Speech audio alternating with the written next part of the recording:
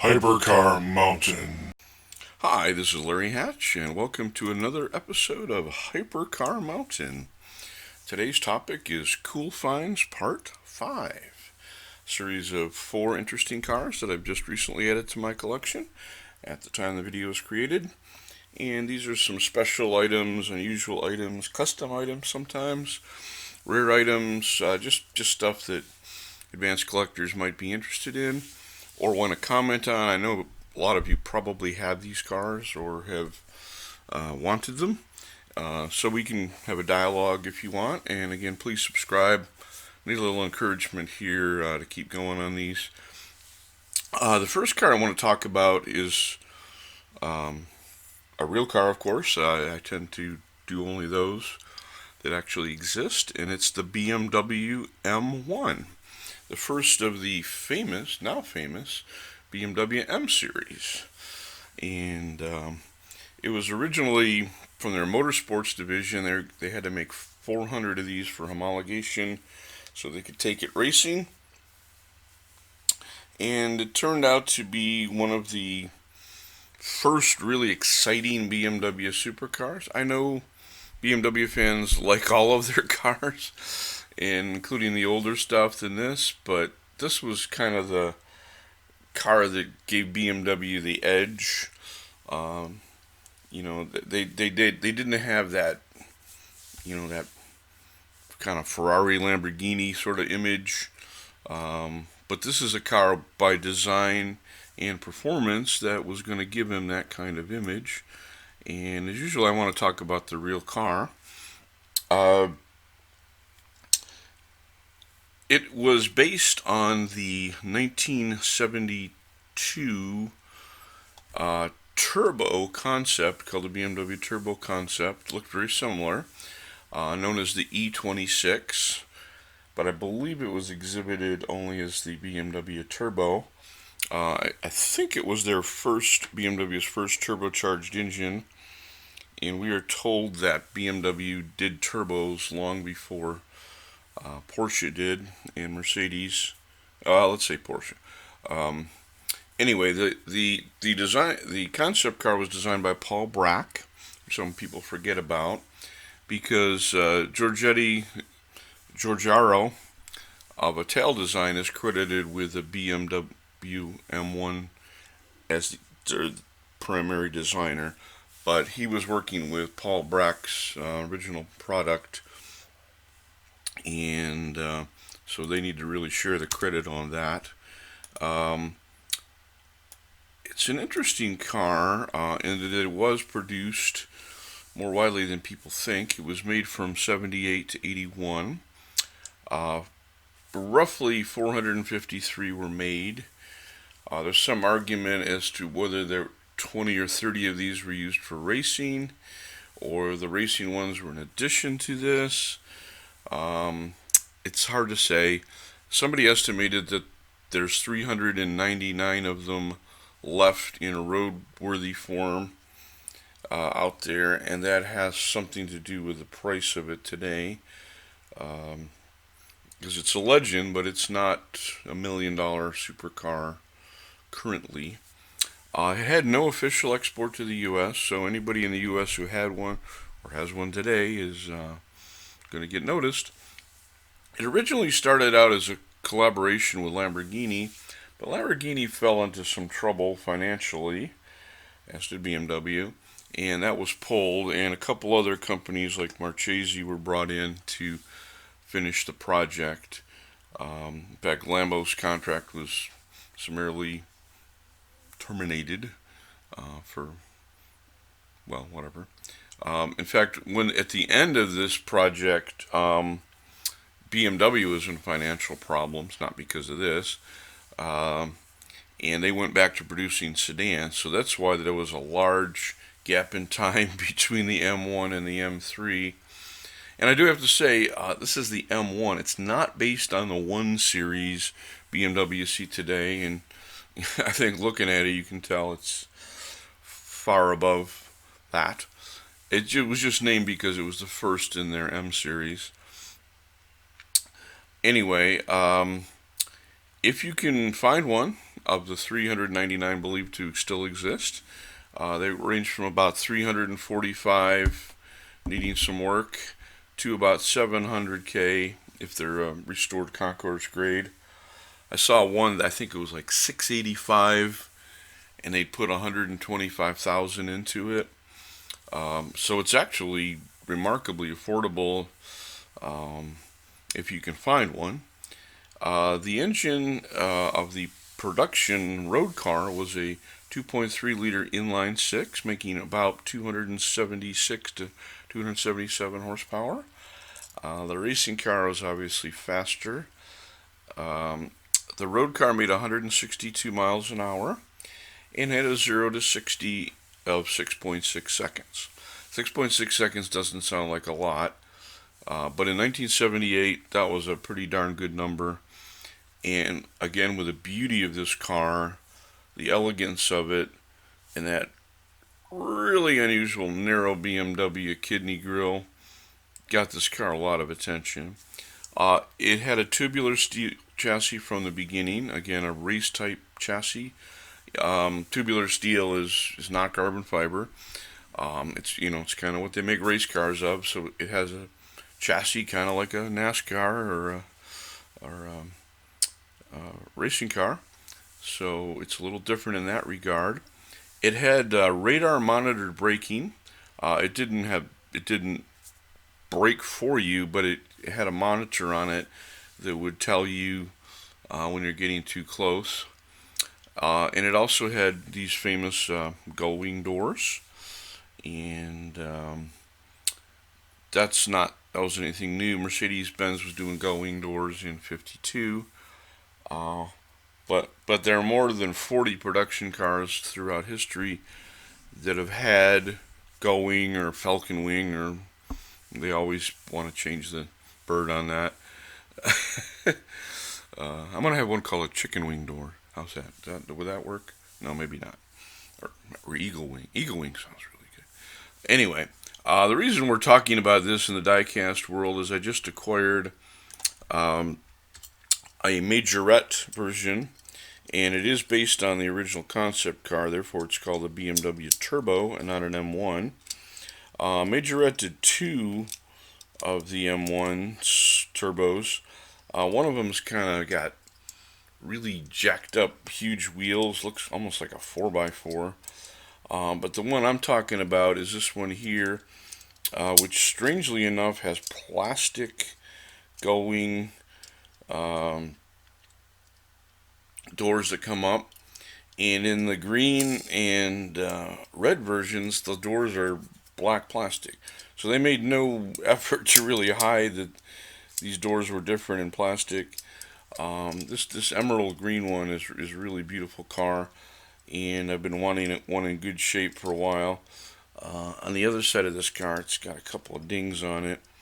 There's some other ones. There's an all yellow one. There's a couple of weird police ones.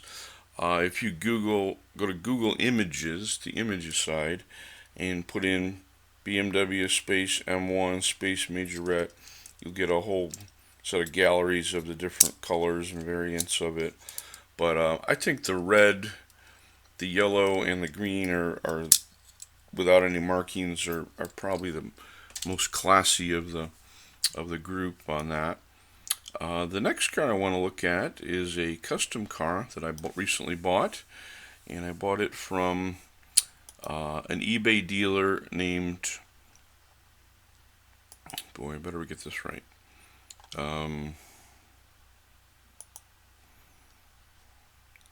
Mopar Med, Mopar Med, one word, on eBay, and it's based on the Hot Wheels. Hot Wheels made a couple versions in white, one with the red markings, and this one with kind of lime green, light olive green markings in interior. It is a matte white. It's not a glossy white at all, and that's appropriate because the Sesto Elemento Lamborghini Sesto Elemento means sixth element or carbon. These cars are all carbon fiber. So if there was a white one, it would be either a wrapped or a painted carbon fiber, and a matte finish would be appropriate for that. This custom version I bought, which was around only $20, has custom wheels on it. It has real riders added to it in a beautiful gold spoke that just glimmers. It's kind of hard to photograph it because the light goes everywhere, but in real life it really is a great thing. And the tires are actually white to match the car. It's not a white wall, it's actually a white tire. And by the way, in Japan, you can get colored tires in Japan for exotic cars. As we know, you can for bicycles. They're very, very expensive. And here's a side note. In Japan, you can actually get scented tires. And you think I'm losing my mind. But I guess some drifters thought, hey, we're burning a lot of smoke. Let's make some aromatic smoke. So you can literally buy lavender scented tires in Japan for drifting. And when you light up those tires, they release oils that are in the tires. Now, how you make a good tire that has oils in it, I don't know, but they did. And when you smoke them, it smells like lavender potpourri. Very Japanese concept. I have not seen them here, but anyway. These are all white tires, which are theoretically possible if you're rich enough to have a Sesto Elemento. So, anyway. The last two cars I want to talk about in this episode are diecast from the manufacturer Norev, N-O-R-E-V, French manufacturer. And as a result, probably not a lot of Americans have these models, although they're available on eBay. You just have to go searching for them. I didn't know about them, I confess, until about 5 years ago, and I've been collecting diecast since the 60s, so hey, you always learn something new. The real car that we're going to talk about is I consider it one of the most beautiful cars that's ever existed. It is widely considered one of the most beautiful of all race car designs ever. In the trim we're going to talk about here, it's less attractive in the open wheel model, but it is known as the Mercedes W space 916 space R Monza, M-O-N-Z-A, Stradale or Streamliner. But if you say W916 R Monza, people know which one you mean. The Stradale just means racing, and the Streamliner has to do with the body, and we'll talk about that in a minute. I think looking at this thing, you can see, holy heck, that's a pretty good looking car. Aerodynamic, bulbous, sultry almost, people have called it. And you can see the way the windshields and the rear fairing around the driver just fit those same kind of lines. It's a beautiful car, very long. They were raced in silver, that classic Mercedes look. And let's talk about the real car for a second. It was made from 1954 to 55 for F1 racing. And they were very successful with this car. Fangio and Sterling Moss at one point won 9 out of the 12 races they entered. That's a percentage that most manufacturers will easily take. This car had a 2.5 liter L8 engine, making about 256 to 290 horsepower, depending on the version. And they kind of evolved the car over about 3 years. It's based on the 3 liter 300 SLR, which is a gull wing thing. And it was set to racing with a smaller, lighter engine. It was good for 300 kilometers an hour plus. And because it only had a curb weight of 829 kilograms. 829 kilograms. A lot of today's carbon fiber supercars weigh 1,000 to 1,100 or 1,200 kilograms. So this was 829. Holy heck. You put 290 horsepower in a car weighing 829, yeah, it's going to be fast. It is very priceless. Only 4 of them were built in this particular Streamliner or Monza body. The rest of them had open wheels, which, without those big, beautiful fenders, made it a lot cruder looking. So that's why the Monza or Streamliner version is much more precious, besides they only made 4. One of them went at auction for $29.6 million. So not only is it one of the most beautiful cars ever made, it's certainly probably in the top 20 or 25 of most expensive cars sold at auction. Only 4 were built in this beautiful streamlined body. 10 total. 6 of them had open wheels, and if you look at those, they're just really not as appealing. I was able to find a really nice example from Norev here with the number 1 on it. Typical of the Norev cars of that era, there's no chassis detail, it's just a slab, but it's a very solid car. You can see the wheels here, the racing type wheels. It's just a very, very beautiful car. I don't know why they usually have a vent on the right side of the hood, and I'm not sure why that's not here. And also there's a black marking at the base of the windshield, which I don't think the real cars always had. Maybe they did. But anyway, it's a very beautiful example. Very solid, not springy at all. And I'm putting it in my Mercedes collection. You know, if you were a supercar, hypercar collector that loved Mercedes, this would probably be the crown jewel of your collection. You know, if you're a Ferrari collector and you have a 250 GTO, either one, I guess, in your collection worth $70 million, yeah, that's your crown jewel. If you're a BMW collector, there's a lot of things you could get. If you're a Mercedes collector, 25, 26 million, hey, this would definitely make your supercar, hypercar collection without a doubt. Our last car, and I want to hurry this up. I'm always windy and long-winded, but I'm trying to educate myself and you guys as well. This is another one, I think, of the most beautiful cars ever created. And why some of the most beautiful cars ever created are older, well, maybe that has to do with, I think it has more to do with insurance laws, frankly. Take a look at this car. It has 2 glass panels on the side doors. Can you imagine an insurance company insuring something that could spray glass all over the passengers if it got a side impact? Yeah, probably not.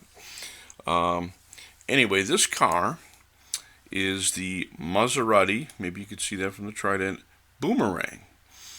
And let's talk about the real car quickly. It was designed by Giorgiaro of Ital Design. Again, the guy that perfected the BMW M1. His name's going to come up a lot. If you look at him in Wikipedia, my God, he's designed more popular, important, inspirational cars than anybody I can think of. Anyway, the Boomerang first came out at the 1971 Turin Motor Show and was absolutely a hit. I mean, it was the most sleek, low, flat aerodynamic car anybody had ever seen. Theoretically, they only made one of them in silver, but others have been seen in blue and red. They're probably replicas. Nobody's really sure. I tried to research this, but as far as we know, there was only one official silver one, and the others are probably replicas that have been seen about. It was exhibited, the real original car, in 2012 at Pebble Beach and won the Best of Show. Holy heck. Yeah, car coming back. let's see here, what's my math? 40 years later, and winning Best of Show at Pebble Beach. Wow, that tells you how enduring the design is and how special a car is. It had a 4.7 liter V8 engine making 310 horsepower. Again, it was never produced as a road car, but could you imagine a car with 310 horsepower in 71? That ain't bad. I want to have one other look at it. It was a very unusual car outside, as you can plainly see, but it was almost a stranger car inside.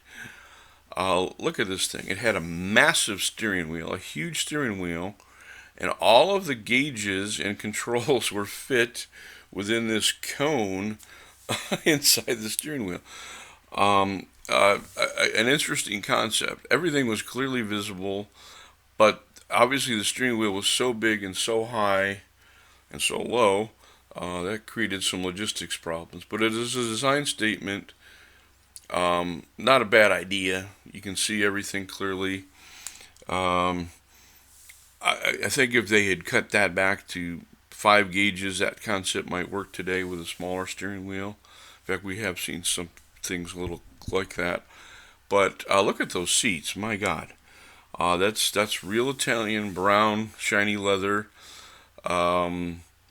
Highly textured, very narrow little crimped segments, and then a deliberate waffling or waving or rippling of the side bolsters to match the narrow segments of the middle section. Again, that was kind of a design statement too, and you can see that those segments of narrow glossy brown leather follow on the door sill beneath the second side window, and it has a very prominent center console. Again, this was something people would do in 71, but I think it's still beautiful. But that brown color is creepy. It's almost, to me, it looks like a centipede. But anyway, whatever. In the diecast world, I recently acquired one of these that I wanted for some years. Again, from Norev. It imported from overseas. Okay, it's not as pretty as the silver one, not as much detail. Norev made them in a number of colors, orange and this kind of a light grass green, I guess you'd call it, Kelly green maybe, with amber windows. There's no chassis detail at all.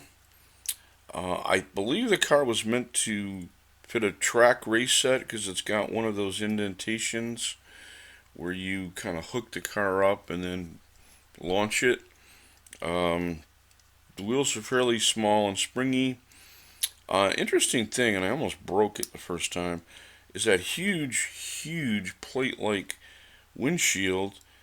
You can actually push it down. It is connected to the other part of the plastic glass, but you can actually push it down by several millimeters. It's not fastened in the normal manner, and they were sensible and didn't try to put any side windows. Those are just cut open holes. In it, it's very crude detail on the front and back, but hey, I'm glad to have one of these in my collection. With shipping from overseas, it was about $30. I saw an orange one that was going to be about $27. So they're very hard to find now, at least in the U.S. through eBay. And there's some other colors too, which you can look at. But I was glad to finally get one of these. I am building up a Maserati collection, which I'll show you guys at some point.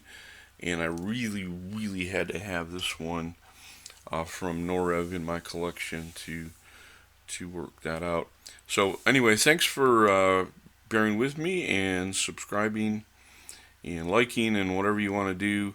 Please put some comments in. Those comments mean more to me than a subscribe, although I appreciate both.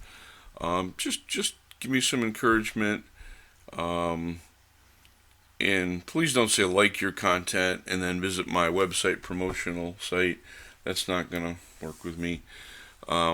give me some comments on your collection, because I know many of you are more advanced in these unusual cars than I am. Although I've been doing this since '62, but hey, let's all share and learn from each other. And again, I really want to talk about the real cars to give us some educational value in these cars. Because I'll be honest with you, I didn't know a lot about these cars until I looked them up recently. And to me, it's very important to relate the real car to the diecast. It makes collecting loads more fun. Thank you.